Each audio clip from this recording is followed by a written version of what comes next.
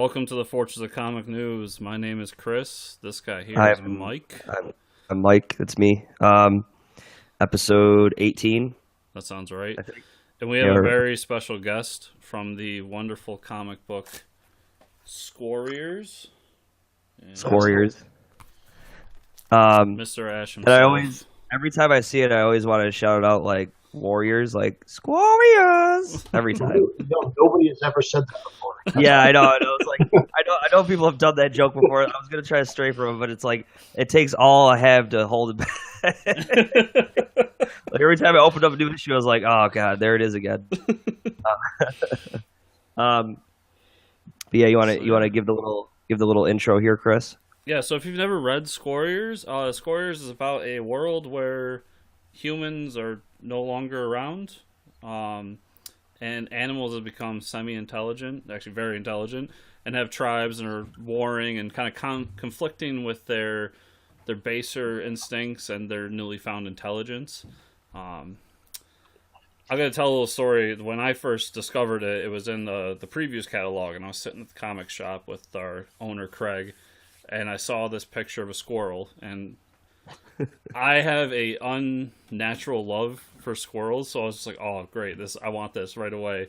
Then I read the actual byline of it and I was like, okay, there's something here. And I told Craig, I was like, check this page out. And he looked at it and he's just like, wow, that actually sounds pretty interesting. And we ordered it and we both got it. We were reading issue by issue and just fell in love with it. I mean, everything from the art to the story, it's just so great. So I mean, Ash, anything you want to say? Well, no, that was a great story. I appreciate it. It's funny because that's obviously usually what gets Squarriors in people's hands. Obviously, the artwork is pretty cool. That's how Squarriors got started. You know, before there was a book or an idea or even names of characters, Ashley and I had come up with basically the cover of Spring #1, the very first issue of Squarriors, and we had just made it a print. We brought it to C2E2, you know, this is like 3 years ago now. And we had brought a print just to see what people would say, to see if anybody had any interest in whatever the Squarriors was. Again, it wasn't a comic, it wasn't anything, it was just an image. And it did so well at C2E2 that, you know, we kind of put a Facebook page up and tried to get some ideas. But before we even had character designs or anything, we had already gotten some publishers messaging us about the book. So we got pretty fortunate as far as that went. You know, it was literally just this idea. It was just a concept for a picture more than anything. Yeah. And then it kind of launched, you know, going into an actual, you know, comic series. That's awesome. Well, yeah, and in my research, Ashley has done a bunch of stuff in the industry, including her book Scorch, a bunch of covers. She's actually my most anticipated book for this week, Star Wars Dr. Aphra. She has a variant cover for it. Very cool. So she's done a lot of stuff. I looked up you, and there's basically just Squarriors. There's just Squarriors. There's not a whole lot. Yeah, you also did you've done something with a con in the past. You were a con promoter, or I do my own show. Actually, it started just before Squarriors came out. This is like our 4th year now. I do a show called Counticon here in the Chicago area. It's like 65,000 square feet. It's at a fairgrounds, the Lake County Fairgrounds, which just got this big like convention hall. And yeah, we've been doing that for 4 years. So yeah, I run the con. I do Squarriors the comic. I do Squarriors the card game, and I've got a couple other pitches and a couple other projects on the close horizon here. So I got to hear about these. Yeah, we were talking about the card game too, because Chris and I are huge tabletop fans. I think we're always throwing money at Kickstarter to buy like card games and more D&D dice. When you never need more dice, but you end up buying more dice for some reason. But they stop working after a while. Yeah, they do stop working. But no, when I was looking at the card game, I'm like, oh, this is going to be fantastic. So I'm excited for that. Yeah, the card game, it was something that I wanted to do immediately, you know, once we even just started getting the concept idea. I mean, I've always loved tabletop games. I've been making games, you know, ever since I can remember, just making up my own games as a kid. That's awesome. I used to go stay at my grandma's for summers, and I didn't bring like a lot of toys or didn't have a lot of things, but what my grandma had in spades was decks of cards. She was really into like playing solitaire and going to the casino. So she had this drawer that was just packed full of like, playing cards. So I would take like 2 or 3 decks of playing cards, and I would get like a piece of paper, and I would make up all these different abilities and different things on these cards. And this is like, I'm in like 2nd grade when I'm doing this. You were a dungeon master before they were even a thing. This was probably 10, 15 years before Magic even came out. Yeah. Oh, wow. Games. And it just went from there. I was making comic books, making games. So that was kind of my, my plan from the beginning was to kind of have this double-pronged attack of Squarriors, the comic, that would kind of lead into this, I don't know, companion card game. So I'm pretty excited about it. I mean, I guess this is the big question here. I mean, where did Squarriors start from? Like, where did you get that idea? I obviously Ashley and I had wanted to do some kind of project together. She was doing a lot of covers, and she did like Interview with a Vampire, and she did a couple other things. We wanted to do a project together.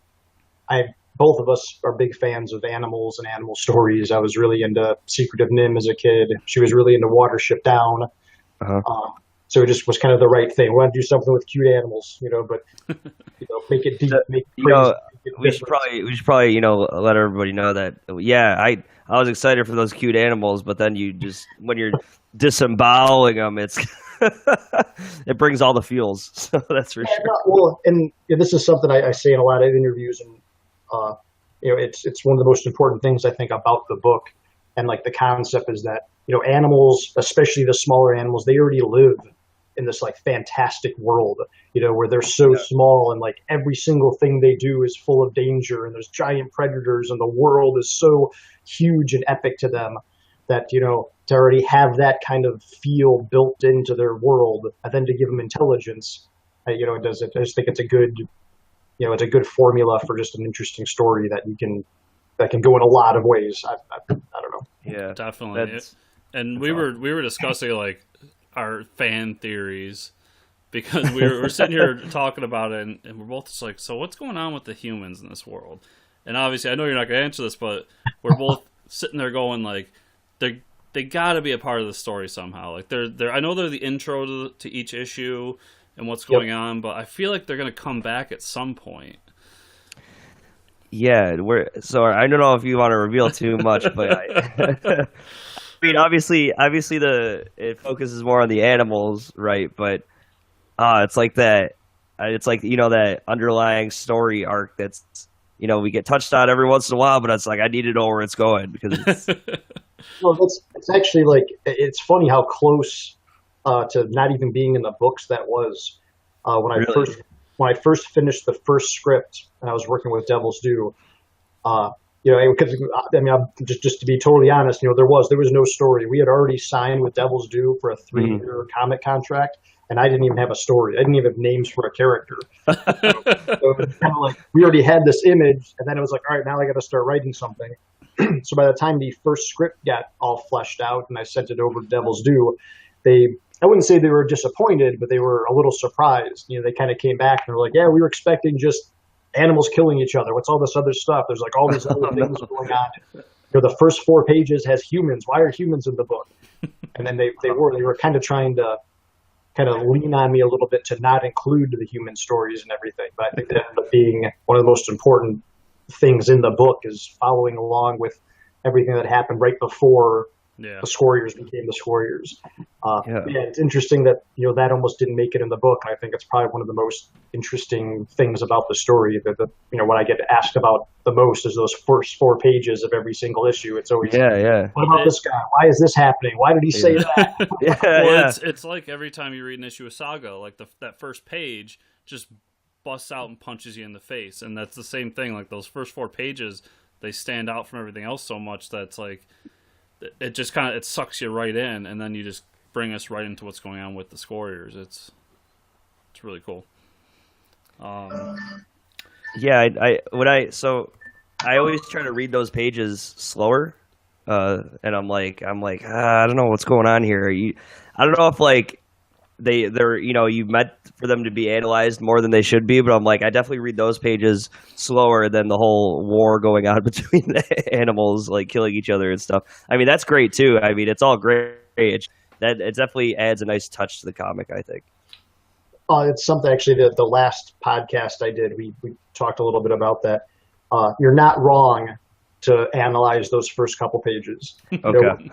Well, a big reason I wanted to get into comics and everything, that I love growing up and now is just, these very expansive, multi-level stories that are going on. These things that happen in issue 1 that doesn't tie into anything until 16 issues later or something. Yeah. I've included a lot of things like that. I've included a lot of like little Easter eggs and little mysteries, and lots of them, as far as I can tell, haven't even been discovered. This was actually something I was talking with these other guys about. Oh, There's man. at least 2 very big things that I'm still waiting for somebody to come up to a con or something to me and be like, look at this. I figured this out. This is that. Oh, no, I'm going to have to go back and like... There's several things, it's like I'm waiting for a website to pop up, kind of like... Like right after this interview, we gotta go. I'm gonna pull out my oversized version. Yeah. We're just gonna skim through. We gotta get the first scoop on this. We'll figure it out. Yeah, we're gonna debunk this. There's definitely at least 2 big things that nobody's even come up to me and asked about or has connected.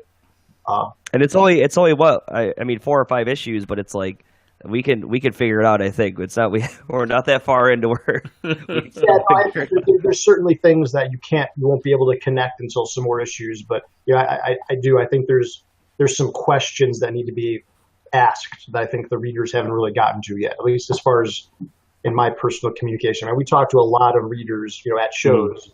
Mm-hmm. And as of yet, there's been some cool little sneaky things that have been in the book that we've had readers come up and be like, hey, I found this. This is awesome. I think this is going to lead in this other thing. That's got to be exciting for you, though, to like, because you're probably really proud of those moments, like putting them in the writing and to have someone like, actually figure it out and connect with it. That's got to be a good feeling. And it's awesome, when somebody discovers something that sometimes I can't really give them a definitive answer back, but it's hear the conversation going. And with Squarriors, like nobody knows what's going to happen until the scripts are done. I don't even tell Ashley, so Ashley doesn't even know like what's going on in the next issue or anything. Because I'm like so concerned about spoilers and things like that. Yeah. So how's that? Let's talk about that relationship really quick. I mean, how detailed of a script do you give her? Because her art is really, really detailed. It definitely, that's another great aspect of the book is that really detailed artwork for this, this really gory book where you're killing animals. But so how does that work? Do you give like a 30-page script? Do you give a lot of detail, or do you cut it down and you say, this is kind of what I want? Can you make that happen? That's about right. Actually, the scripts are about 30 pages. I just do them all like you would like a screenplay, just scene by scene page. Just page 1, panel 1, panel 2, panel 3. I've got the dialogue in there. I put in, I guess a good starter thing. Kind of give her an idea. We should kind of have a point of view of this or these things included. And then I send her the script. She does a thumbnail version where she just kind of sketches out the whole book, and then we go through that together. And she's obviously got a better visual mind than I've got. I've got the ideas to write the characters and write these things when it comes down to like getting the right angles or the right lighting or just making them real dynamic. That's all Ashley. She does all of that. She's taken many steps. Yes, I mean, I was looking at it one way and she looked at it some total other way, and it was way better that way, and it became a very iconic thing just from having her vision in there. Yeah, having that artistic aspect to it. So, moving forward a little bit, I noticed recently you guys posted that issue 2 is coming soon. So we've been waiting a little while for issue 2, and this is issue 2 of the summer series. Yeah, summer number 2. Have you announced a date, like when I'm going to be able to get my dirty little hands on it, or? So, it's going on like 5 months late, unfortunately. But what I can tell you is that it's out of our hands now. The book has been turned in. It's completed. The publisher has it. It's just kind of up to them to get it printed and get it back to Diamond and the fulfillment centers. Usually it only takes a couple weeks. I don't want to give a for sure date or anything, but I can at least tell you our end's done. That was really the hold up. It wasn't the publisher's fault. It wasn't Diamond's fault. It was nothing like that. It just we were trying to balance getting Squarriors done with also getting paid gigs done. Ashley had a lot of covers to do and we did a lot of shows, and we just kept kind of falling, behind. Yeah. That being said, we're already well into summer number 3, so we're expecting that to be able to be out significantly sooner than the last book. I'm thinking, maybe 2 months. And summer 3 pretty quick. I did notice that 3 was put in the latest previews. Yeah, 3's in there. We're already going strong on that. We're actually already kind of working on 4 a little bit to make sure that we kind of catch up and don't, hopefully, not have a big gap like that again. Unfortunately, that's kind of the problem with Squarriors. It's not a book that can come out monthly. It takes 3 or 4 days to do a page for Ashley to draw them and paint them and everything. So it's a long process, but we don't want to cheapen it. We don't want to cut any corners. We want to make sure every single issue is as good, if not better, than the last. So it just takes. It definitely shows. Yeah, that's one of those books that could sell and trade forever. I mean, it's so beautiful in the art. I mean, she's amazing at what she does.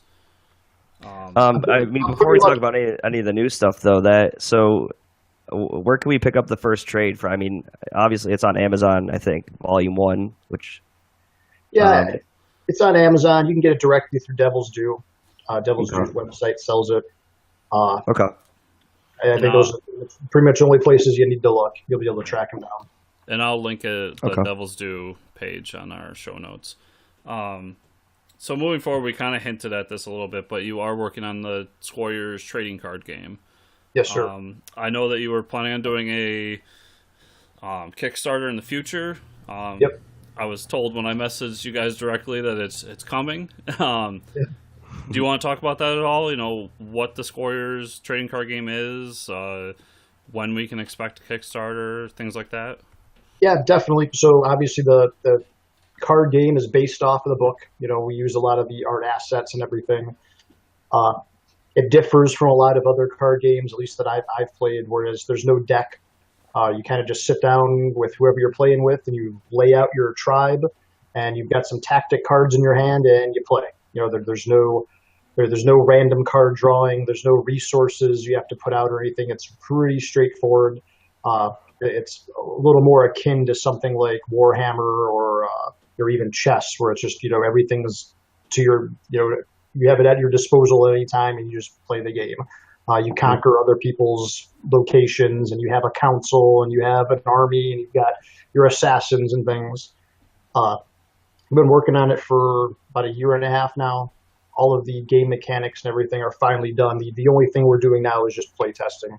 We're just doing some regular events in our area where we get together with 15, 20 people and do some testing, do some surveys. The game's complete. The artwork's complete. It's really just a matter of making sure that we've got it as tight as possible before we, actually launch Kickstarter. I mean, even after Kickstarter, we'll have some time to, tweak out a few things, but we're trying to get that as fleshed out as possible before that. So, I mean, once you hit Kickstarter, can we expect to see it at cons or like PAX or something like that? Absolutely. The game itself just comes as a complete unit. You just buy, Spring Volume 1 as a set. With other expansions that come out, but there's no random packs or anything like that. So we're not talking a Magic the Gathering style, more like a DC deck builders kind of thing. Yeah, more like akin to Fantasy Flight's, like living card games. I think they call it, where you just buy the game and then you buy an expansion. You're not there's no things there's no packs, there's no random cards to try to get. We do have promo cards and things like foil cards and chase cards that'll be included. So we got a lot of that stuff going for the Kickstarter. Obviously, we're special full art cards and things like that you'll get. Awesome. I don't expect that to happen until probably January or February for the Kickstarter, but not too far. But yeah, we'll certainly have all that stuff at shows. We'll be bringing our Squarriors card game and doing demos and playing it hopefully a lot in 2017. Awesome. Well, I can't wait. Yeah. So, anything else you want to talk about, Mike? Yeah. So, I mean, obviously, to start writing a comic, you have to be a fan of comic books, right? I mean, so when did you start getting into comics? I mean, maybe I don't even know if you read comics. You just thought, hey, this would be a good medium to start writing for. But I always liked the idea of comics. growing up, I did a lot of drawing, I did a lot of writing. I had a buddy who lived across the street who was, my age, but a really, really good artist. But he Yeah. couldn't write for crap. But he was a way better artist than I was, and he was really into comics. And so was his dad. His dad actually was an artist, and Okay. they were one of those families where they had a basement just full of long boxes, just Oh yeah. thousands and thousands of comics. Yep.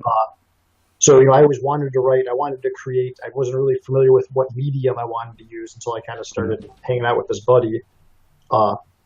Back then I didn't really read a lot of comics for the stories. I wasn't necessarily like a big Spider-Man fan or anything. I just liked getting the comics and just kind of seeing how their stories kind of took place. What fascinated me was just, the different characters and the backstories and the origins, and that's what I wanted to do. That's what brought me to comics.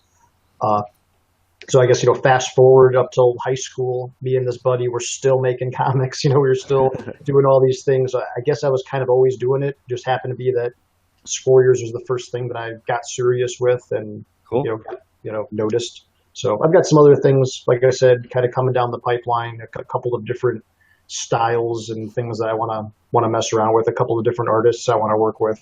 I'm hoping 2017 makes my library a little bigger. So we can expect maybe a couple more comic projects coming. I've got like 6 of them right now that I'm working on pretty regularly. One that I'm pretty excited about that I've got a really good artist kind of semi-tied to at the moment. We're still trying to hash out some things. That's going to be my first focus for 2017 as far as like a new project coming out. I don't want to say who that is yet until it's all official, but Can we just get a genre here? Like, what do we? Is it a superhero comic or? You'll probably never see me do a superhero comic. Okay. So this might be the closest kind of thing. It's definitely a little more fantasy. Not that I guess Squarriors is kind of fantasy. yeah. I guess this involves more like theological fantasy. Oh, okay. Huh. Demons, angels, something like that. Oh, okay. I'm in. With an artist that really, really excels at doing that kind of stuff. Oh, man. I'm excited. That's awesome.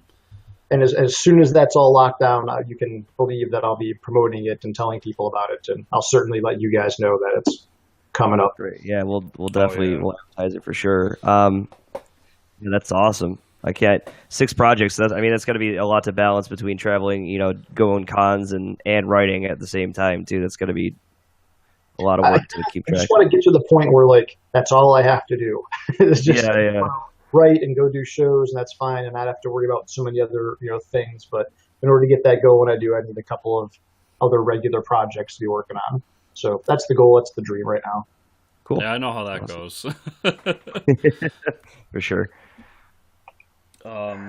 So I guess we'll move forward to the next part of the show. So every week we pick a trade of the week you should pick up.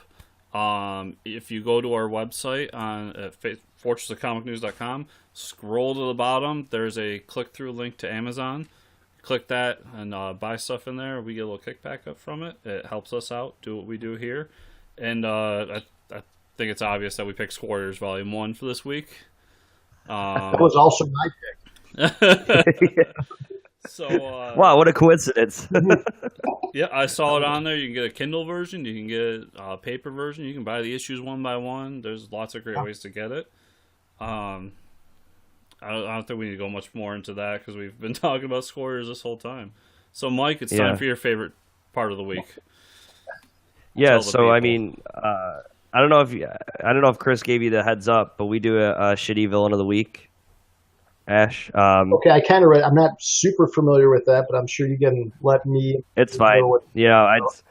So basically, Chris and I will go through our list of shitty villains. Mine tend to be Batman villains, and his tend to be Spider-Man, just because we're more DC. I'm more DC, he's more Marvel, but usually coming from like the Golden Age era. So what we have today. We like to bring other people in for this discussion just because they're so ridiculous of characters. Today we have the Living Eraser. So let me give you some details about the Living Eraser.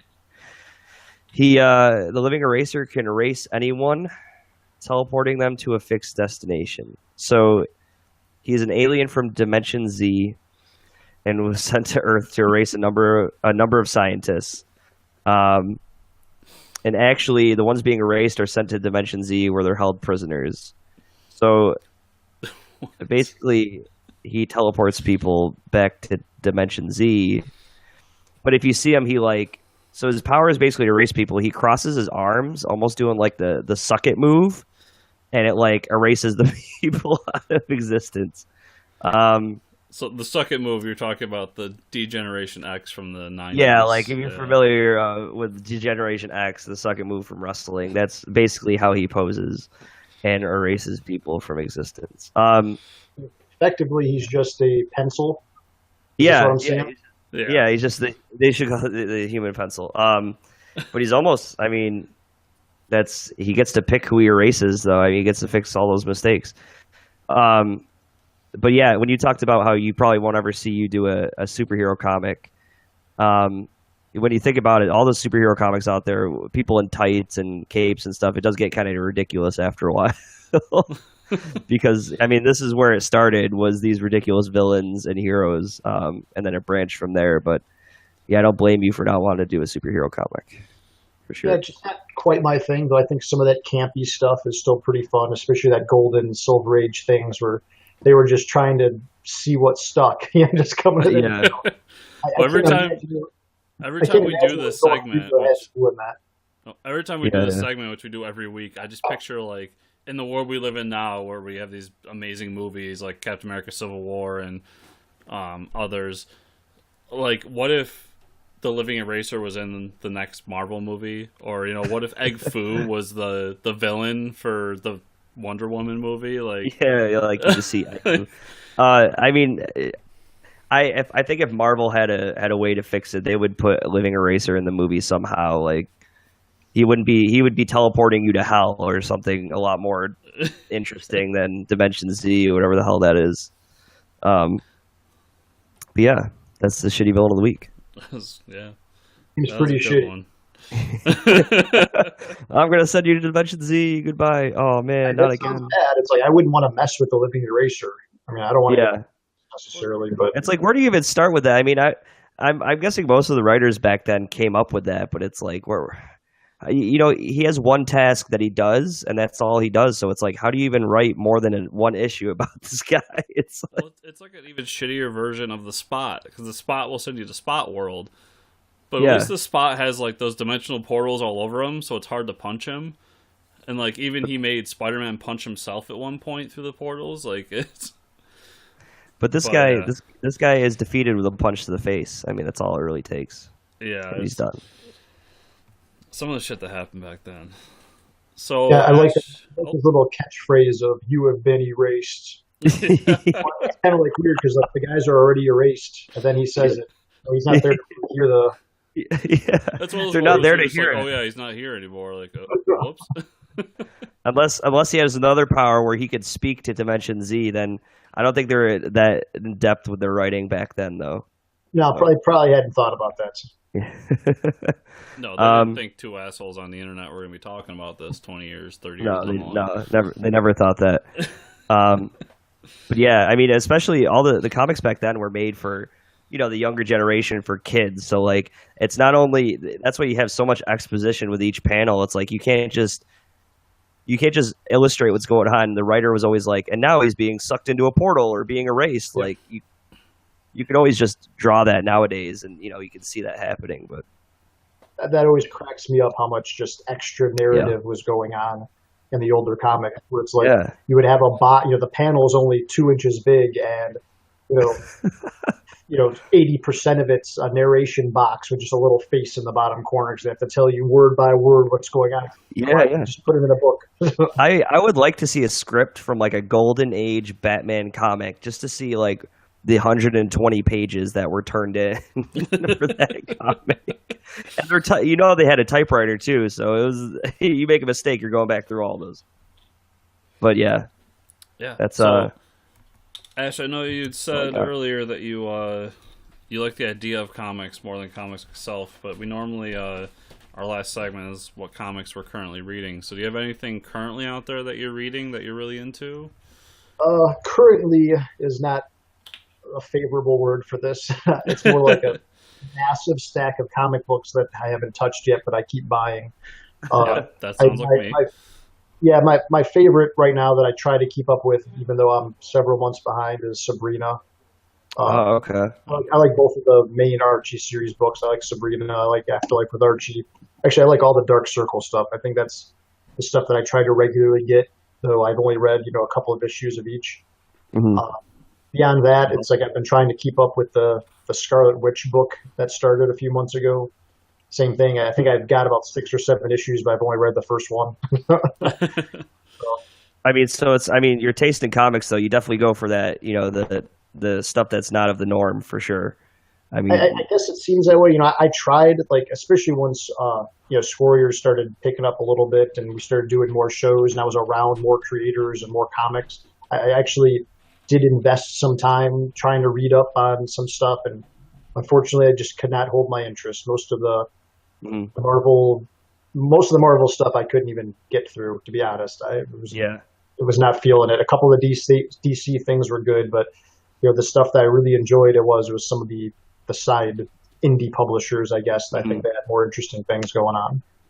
I mean, Chris and we read Marvel DC, but the reason I turned to like a book like Squarriors or a lot of Image books. I mean, Image just the amount of difference there between a superhero comic by Image and a superhero comic by DC is just it's completely different. But just to get away from that whole people in capes punching each other in the face and the Earth is in danger all the time, so it's like it's nice to read a book like Squarriors or something from an indie publisher to be like, oh, okay, so this is what a different style of writing is all about. It's good to get every type of comic in there, not just stick to one type of genre. Yeah, But definitely. yeah. I couldn't agree more. I'm glad the DC Marvel stuff is out there, Mhm. but again, just not exactly what I'm reading. What are you guys reading? Chris reads everything. No, he's reading a lot though. What are you reading? Right now the big ones. I mean, Saga 40 came out. Great Mhm. issue. Kind of got more into like what's going through the head of Prince Robot. Um, I just got done Right there, finishing. just even a character called Prince Robot. I don't think DC would ever even publish anything currently with a character named Prince. That would you'd never see that come out of a DC or Marvel book now. Just Prince Robot would never happen. Yeah, and what else was there? IVX issue 0 came out. We all know what a sucker I am for Marvel events. I love stupid heroes punching each other. So Yeah. that was just backstory on what's going on, how the kind of conflict came about. If you weren't reading some of the other ancillary books, um, Great Lakes Avengers just came out. Just a really cool, wacky Avengers book, kind of like Justice League International almost. Hmm. Uh, so much stuff. I can't even name it all, but uh, yeah, I mean those are the big ones for me right now. Next week, I mean I'm looking forward to more Star Wars comics. That's been my Yeah. thing recently. But you, Mike? What I got going on? Obviously, Saga. That's the big one. Empress just finished. That was an actually pretty good space epic from Mark Oh yeah, Miller. and And the talk ending about was it was great. funny.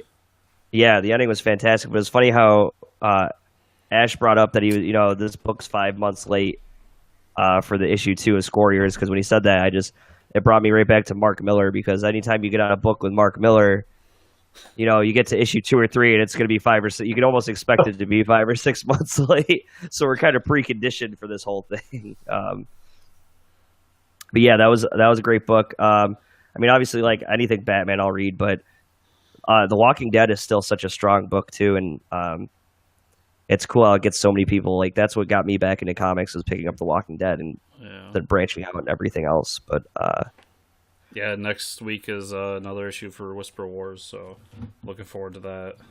yeah, it's gonna be good. But yeah, I mean, that's all I got here. I don't know, Chris, you got anything else? I think that might be everything for this week. Okay. So Well, find us at fortressofcomicnews.com or on Twitter at Fortress News Pod, and all that fun stuff. Find us on Facebook, facebook.com/fortressofcomicnews. Mike, are you going to even pimp your Twitter? Or no, I'm going to fix my Twitter, then I'll start pimping it out again. That's what I'll do. Mike's not good at Twitter. And no, I'm not. Ash, anything, where they can find you or anything you got going on you want to... It's pretty easy to track us down, squarriors.com. That'll link you to everything. My Twitter, my Facebook, Ashley's store pages. We got a lot of original art and prints for sale up on the store. If you guys are, if your audience happens to be into those kind of things, all that goes to squarriors.com. Go to that. You can find me. You can find her. You can keep up with whatever we're late on, which is going to be something. So now I got to go look for original art on that site. Yep, exactly. We do have some of that on there. Again, it's a good way to kind of just contact us directly, Yeah. Awesome. And Merry remember, Christmas. guys, to pick up Squarriors. This thing's big, Yes. so it doesn't fit on the screen. Got here the Great oversized volume. one for the Kickstarter. And Ash, thanks for coming on. We were really Thanks for having glad me. you could find your time to come here. I was just downstairs putting together furniture, so Oh, God. it's back to work. Well, good luck with that, and thanks again for being on the show. For sure. Thanks, guys. Appreciate it. Great. Thanks a lot for having me. See ya. Thank you. So we'll see you all next time. Thanks. Hey everybody, thanks for watching this video. Remember to subscribe to our channel. It should be right here. There's a little button. Yeah. Thanks for clicking that. Also remember to like and comment on our video. We love hearing from you and really appreciate it. Hope to see you next time.